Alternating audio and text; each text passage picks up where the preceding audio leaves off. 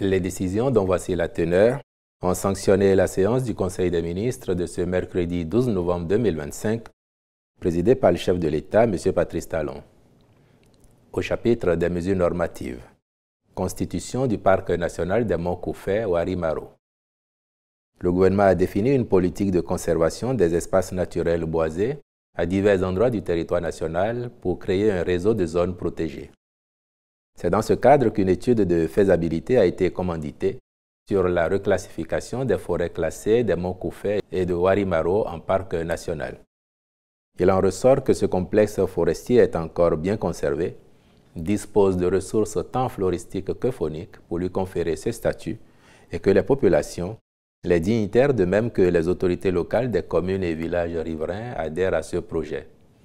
C'est pourquoi, en adoptant le présent décret, le Conseil a instruit le ministre chargé du développement durable d'en assurer l'application diligente. Au chapitre des communications, en point 1, acquisition de divers équipements au profit de centres hospitaliers.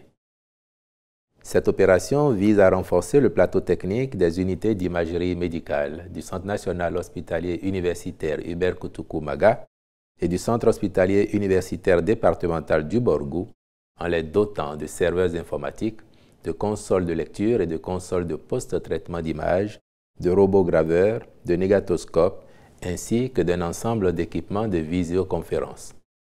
Le but poursuivi est de moderniser la gestion et la diffusion des données médicales, sécuriser le flux des examens et, surtout, garantir l'accessibilité aux résultats dans un délai réduit. Ce faisant, la qualité de la prise en charge des patients et la performance du plateau technique hospitalier devraient être optimales. Le Conseil s'est donc prononcé pour la contractualisation avec un groupement spécialisé en vue de l'acquisition et de la mise en service de ces équipements. En point 2, extension de l'hôpital de zone à la date Forze en vue de l'érection d'un service des Grands Brûlés. Depuis sa mise en exploitation, cet hôpital connaît une telle affluence dans sa fréquentation que sa capacité d'accueil est dépassée, notamment au niveau des services de la pédiatrie et de la maternité.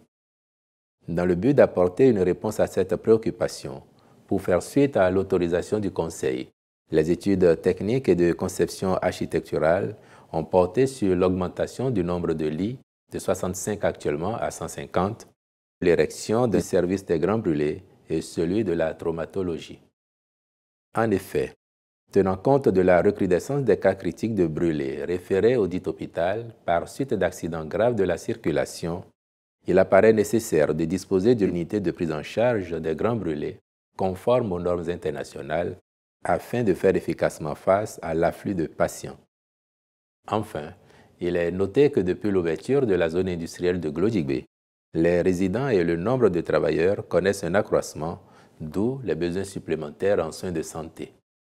Le Conseil a marqué son accord pour la contractualisation avec une entreprise expérimentée aux fins de réaliser ces aménagements devant faciliter la fonctionnalité optimale de cet hôpital.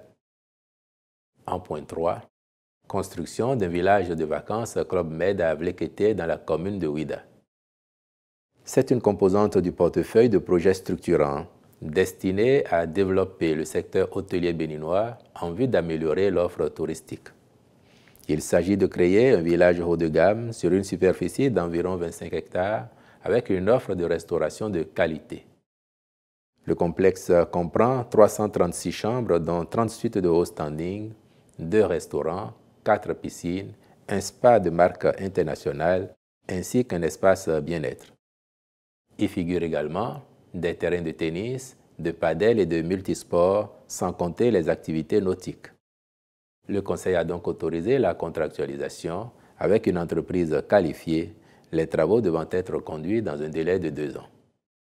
Au chapitre des rencontres et manifestations internationales, il a été retenu la participation de notre pays aux instances statutaires ordinaires du Comité permanent inter-État de lutte contre la sécheresse dans le Sahel, respectivement du 11 au 13 novembre 2025 à Ouagadougou au Burkina Faso et le 25 novembre 2025 à N'Djamena au Tchad, puis l'organisation d'une formation certifiante en responsabilité sociale en santé au Bénin du 17 au 22 novembre 2025 et du premier congrès international de la Société béninoise de santé au travail du 1er au 4 décembre 2025.